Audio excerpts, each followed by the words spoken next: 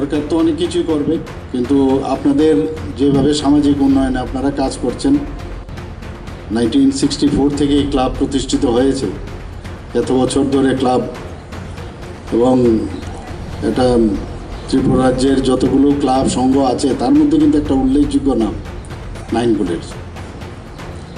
এবং আপনারা শিশু উৎসবেরও আয়োজন করেন আমি যা শুনলাম।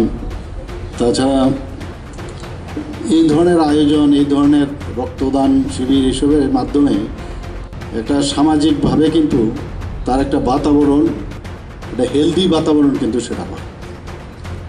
এবং এতে করে আজকে আমার মেয়র সাহেব বলেছেন এখানে যে নেশামুক্ত ত্রিপুরা আমরা গড়বার জন্য আহ্বান করেছি, কিন্তু সেটা তখনই সম্ভব হবে যখন প্রতিটি পাড়াতে, প্রতিটি ক্লাব এর বিরুদ্ধে সোচ্চার হবে, তবেই সেটা সম্ভব হবে। এবং এটা কিন্তু একটা গণজাগরণের দরকার।